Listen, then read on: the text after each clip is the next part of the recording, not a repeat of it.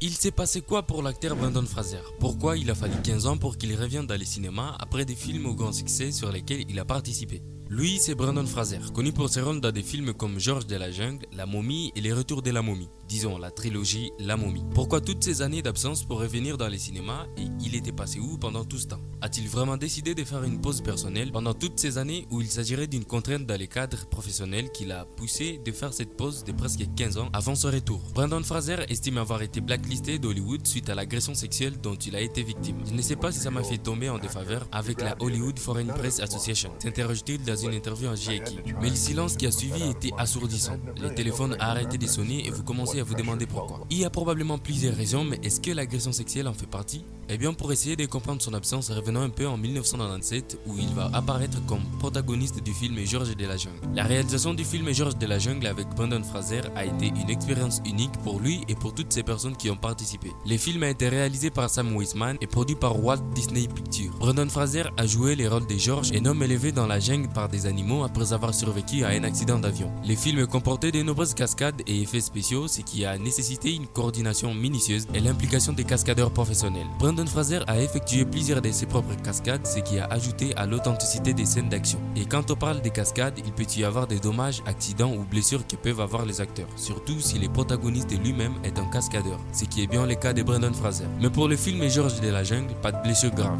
juste quelques petites blessures physiques. Cette comédie parodique a marqué les débuts de sa popularité, mais la consécration viendra en 1999 avec la superproduction hollywoodienne de La Momie de Stephen Sommer, laquelle connaîtra de suite les retours de la momie en 2001 et la tombe de l'empereur dragon en 2008.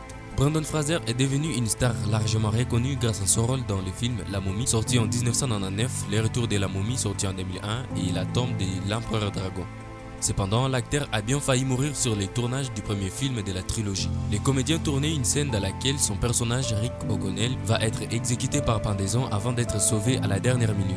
Lors d'une prise, la personne qui tenait la corde a tiré tellement fort que l'acteur a failli s'étouffer. Soudain, mon coude était dans mon oreille. Les mondes étaient des côtés, il y avait du gravier dans mes dents et tout le monde était vraiment silencieux.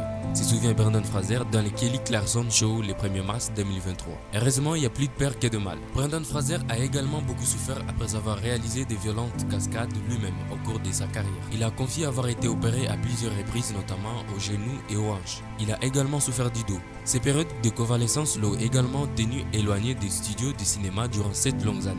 Dans une interview donnée en J.A.K. en 2018, il explique avoir trop essayé de tout donner et ce qui est devenu destructeur pour lui. Et plus principalement dans le film La Momie. Le succès du film conduit Fraser à reprendre son rôle d'O'Connell 2 ans après le retour de La Momie en 2001. Lors de cette nouvelle aventure, il subit une fracture des côtes et un disque intervertébral déchiré. Plus tard, en tournant Voyage au centre de la Terre, il se blesse gravement la main contre un mur en feu, ce qui entraîne l'arrêt temporaire de la production. Dans une interview accordée à J.A.K. au début des années 2000, il évoque cette période difficile. Je m'entourais des bandages et des glaces. J'utilisais des compresses de randonnée car elles sont compactes et discrètes sous les vêtements. Chaque jour, je me fabriquais une sorte d'exosquelette. Pour surmonter ces épreuves, Fraser a dû subir plusieurs opérations chirurgicales dont la minectomie pour retirer une partie de ses vertèbres. Il a également dû faire face au remplacement partiel d'un genou et a passé ses temps à naviguer entre hôpitaux. Il attribue ses blessures à son excès des ailes, allant jusqu'à l'autodestruction. Selon lui, la cadence effrénée de son travail est également en cause. Il me semblait que je travaillais sans cesse, réparant sans fin ce qui avait déjà été réparé, pour ensuite être à nouveau endommagé, pour le divertissement de tous. Brendan Fraser n'a jamais caché avoir souffert de dépression, notamment liée à l'agression sexuelle dont il a été victime. Il a ainsi confié avoir accepté les rôles de Looney Tunes Passe à l'action en 2003 dans lesquels il incarne la doublure de Brendan Fraser qui finit par frapper l'acteur. Je ne l'ai réalisé que plus tard, mais j'avais besoin de ça, de montrer la pure version de moi-même à l'écran et de me frapper. Par ailleurs, il a confié au Télégraphe qu'il s'est détesté durant cette période, ce qui a pu les pousser à enchaîner les cascades qui ont pu les blesser durablement ces dernières années. Après des problèmes de santé et des traumatismes d'une agression sexuelle, la star des films des années 1990, qui était tombée dans l'oubli ces dernières années, opère un retour inattendu et salué par l'ensemble de la profession grâce à ce long métrage signé Darren Aronofsky. De 2014 à 2019, Brendan Fraser n'a fait aucune apparition au cinéma. Il a fait des apparitions à la télévision dans la saison 3 du série Affaire ou encore dans Trust. Mais son retour officiel au cinéma a eu lieu le 8 mars 2023 avec The Whale de Darren Aronofsky. Il incarne un homme en dépression souffrant d'obésité. Lors de la dernière Mostra de Venise, les comédiens, émus aux larmes, a eu droit à une standing ovation de 6 minutes pour ses rôles. Il est également nommé à l'Oscar du meilleur acteur pour cette performance en 2023. And the Oscar goes to Brendan Fraser.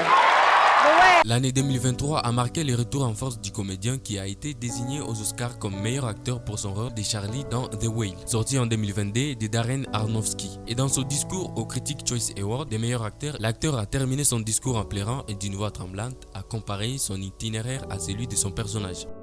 And the Critics' Choice is Brendan Fraser.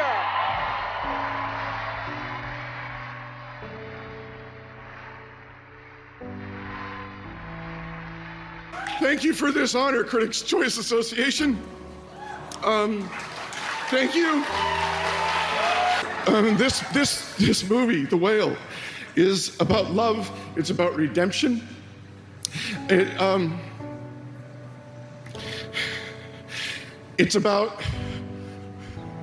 It's about finding the light in a dark place.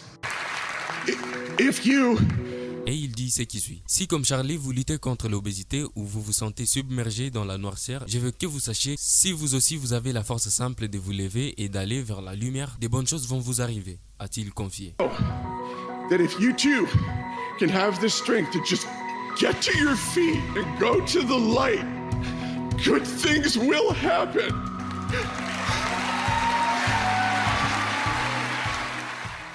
On espère vraiment avoir les meilleurs pour ces retours de Brendan Fraser. Si la vidéo vous aura plu, n'hésitez pas à vous abonner et d'activer la cloche de notification et pensez aussi à liker la vidéo. C'était MS Vangui et on se dit à la prochaine vidéo.